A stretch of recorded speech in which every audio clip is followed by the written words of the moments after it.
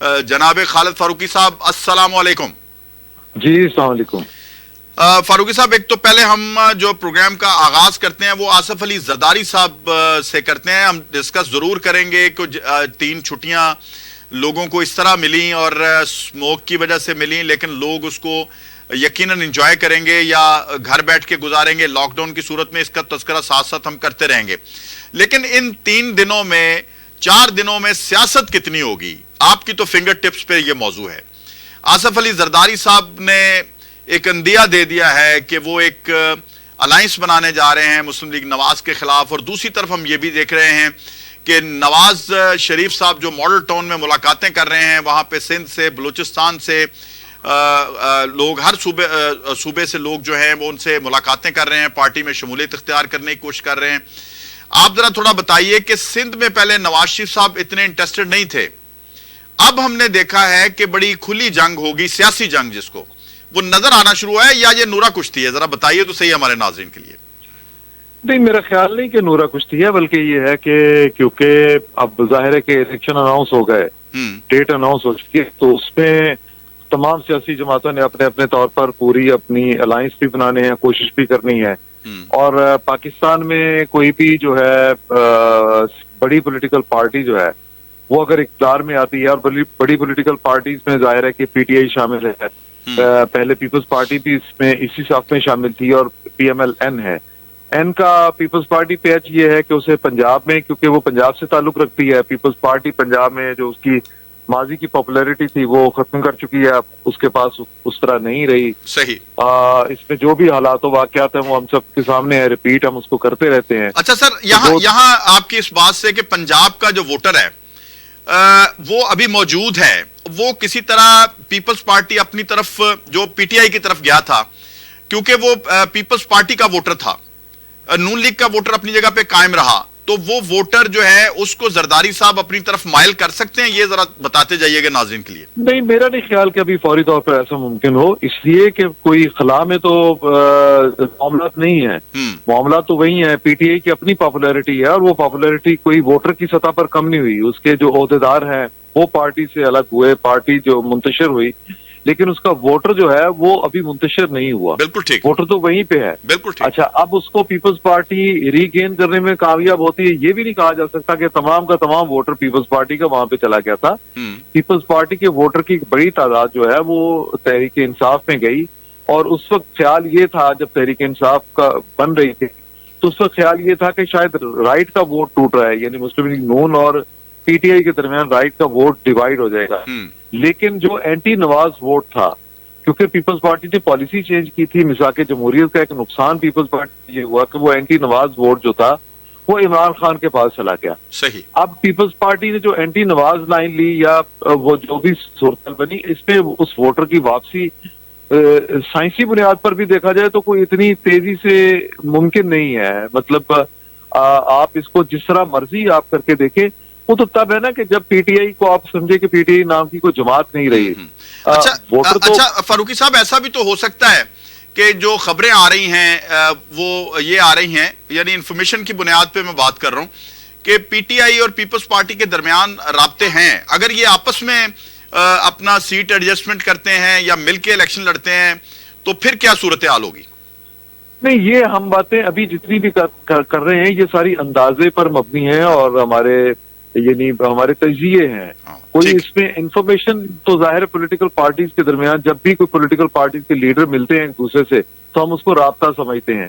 अभी 2 peoples party के बड़े लीडर जो हैं, जो पार्टी की बेस समझे जाते हैं, उन दोनों का डायरेक्ट राब्ता तो पीटीआई से रहा, और वो पीटीआई के मकसद के लिए उनके साथ गए एतजाज हसन साहब और खोसा साहब जो थे, ये दोनों पीपल्स पार्टी है ना। अभी पीपल्स पार्टी यही बिल्कुल दुरुस्त जगह पे पहुंचे हैं, और इसी तरह एतजाज हसन भी हैं। लेकिन ये है कि क्या इमरान खान उस पीपल्स पार्टी के साथ, जिस खिलाफ बहुत ज्यादा बयानबाजी करते रहे हैं, क्या इमरान खान उस पार्टी के साथ अलायंस बनाने के लिए आमादा हो सकते हैं या नहीं होते, और फिर सीट एडजस्टमेंट करने के लिए वो तैयार होते, क्योंकि इमरान खान का अपना एक माइंडसेट है उनकी अपनी पॉलिटिकल अप्रोच है जिसके मुताबिक वो ये समझते हैं कि उनको उनके अलावा और कोई पाकिस्तान में सियासतदान नहीं है। सही सही। सो वो पीपल्स पार्टी के साथ इतना इजीली इत्तेहाद करने की पोजीशन में नहीं जाएंगे, वो पहले अपने आप को असेस करेंगे। इलेक्शन में अभी देखिए ये नवंबर का महीना है और आज 8 तारीख है और यूं समझे कि तकरीबन कोई 3-4 महीने का जो मामला दरमियान में है, तो इसमें तो अभी मामला पीटीआई और एस्टेब्लिशमेंट के किस हद तक आगे जाते हैं। अगर पीटीआई और एस्टेब्लिशमेंट के दरमियान कहीं नेगोशिएशन होता है तो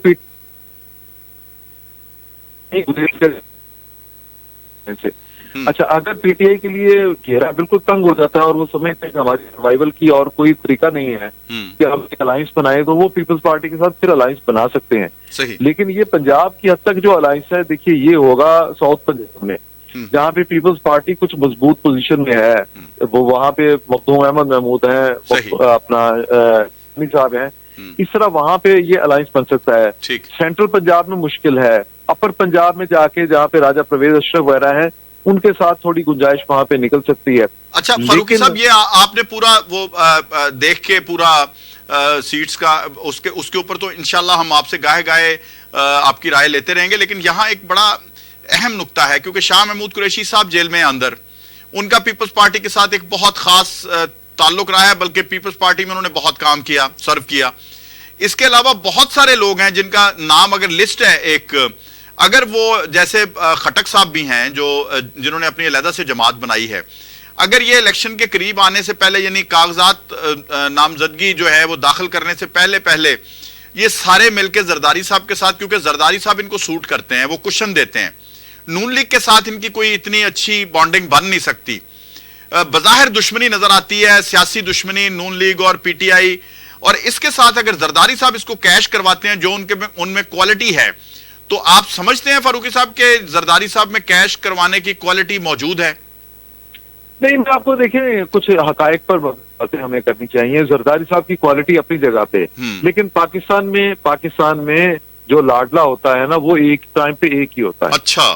और जो लाडला होता है उसको सपोर्ट जब मिलती है तो उसको बाप पार्टी भी मिल जाती है, उसको कराची भी मिल जाता है, उसको साउथ पंजाब भी मिल जाता है। आला। आप इस बात को बिल्कुल समझ के फिर उसके मुताबिक चले। दुरुस्त बात। और जो ये जो और साथ ये भी बता दें कि आजकल लाडला थोड़ा थोड़ा नजर आना शुरू हो गया है कि कौन है। हाँ, वो जाहिर है कि जो नजर आ रहा है वो तो पता चल रहा है, वो तो जाहिर है कि पीएमएलएन के अलावा और कोई नहीं है, उसको ही सपोर्ट एक जो है वो मिलेगी और उसको सपोर्ट मिलती नजर भी आ रही है। हम इसके अलावा तो भी किसी और को नहीं देखते, ना पीपल्स पार्टी ना किसी और की। अच्छा, आप ये भी सोच सकते हैं ना कि नवाज शरीफ की जो शख्सियत है वो पूरे पंजाबी कहते हैं ना पक्के पैरी, अगर मामला ना होवे तो उसे जांदा नहीं नवाज शरीफ।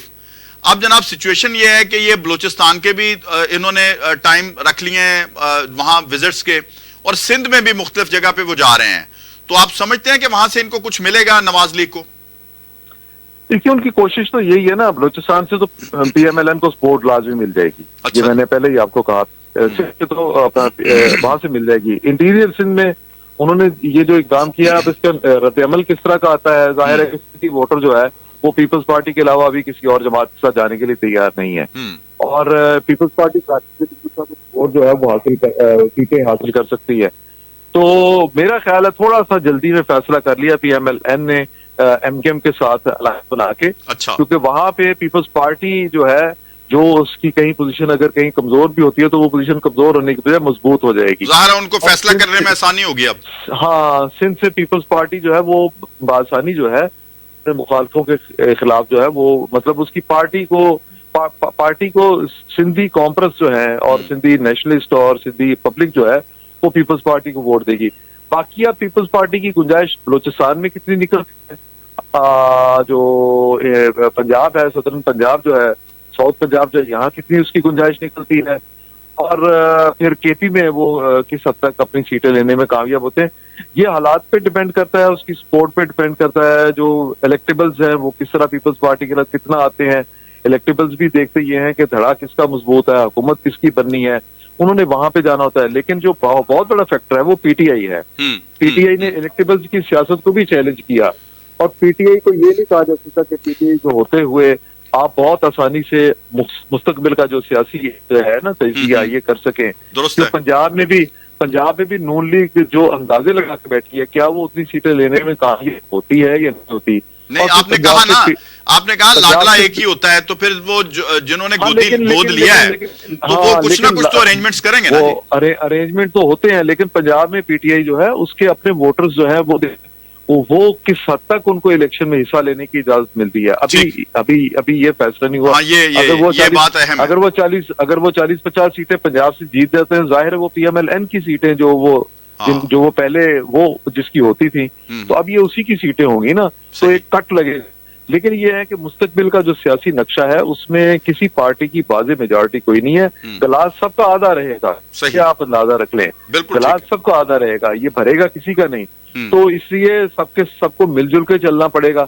अब उसमें फिर ये है कि जो मुस्तकबिल का सियासी नक्शा जो बनेगा उसमें अगर कबल अज वक्त इलेक्शन से पहले ही अगर पॉलिटिकल पार्टीज थोड़े सियासी शऊर का मुजाहरा करें और बैठ के कोई डायलॉग का रास्ता इख्तियार करें, इलेक्शन जो हो वो इलेक्शन, ये भी आप एक बात आज के दिन नोट कर लें, आज हम जब बात कर रहे हैं तो ये समझ लें कि जो आइंदा इलेक्शन होंगे वो जितने मर्जी फेयर एंड फ्री शफाफ इलेक्शन आप करवा लें, ये मुतनाज़ा रहेंगे, उसकी शफाफियत जो है उसको कोई कबूल नहीं करेगा। ठीक है, ठीक। ये अच्छा, आज हमारे सदर मोहतरम ने भी एक खत लिख दिया निगरान वजीर आजम को, और उन्होंने कहा कि जो पीटीआई के खदशात और तहफ्फुजात हैं उन पर गौर करें, तो इसकी क्या सिग्निफिकेंस है? ये जाहिर है कि ये खत जो है इसी बात की निशानदेही करता है ना कि वो ये समझते हैं, तो इसका मतलब ये है कि ये पीटीआई की उन्होंने, क्योंकि पीटीआई से ताल्लुक है उनका, तो उन्होंने ये जो बात कही है बैसियत सदर, उन्होंने ये बात कह दी, तो उन्होंने, तो इसका मतलब है कि सारे जो इस वक्त जो प्रोसेस चल रहा है इंतखाबात के हवाले से, इंतजामी प्रोसेस जो चल रहा है, उस सब पे एक सवालिया निशान उन्होंने खड़ा कर दिया, आगाज कर दिया उस बात का, जिसके मैंने कहा कि आप जो मर्जी करते रहें, जितने मर्जी शफाफ इलेक्शन की बात करें, जो इलेक्शन के रिजल्ट आएंगे उसमें किसी पार्टी को उसकी कितने कैंडिडेट जीते हैं, शफाफियत जितनी मर्जी हो जाए, लेकिन इसको शफाफ मानेगा कोई नहीं, और ये मुमकिन नहीं है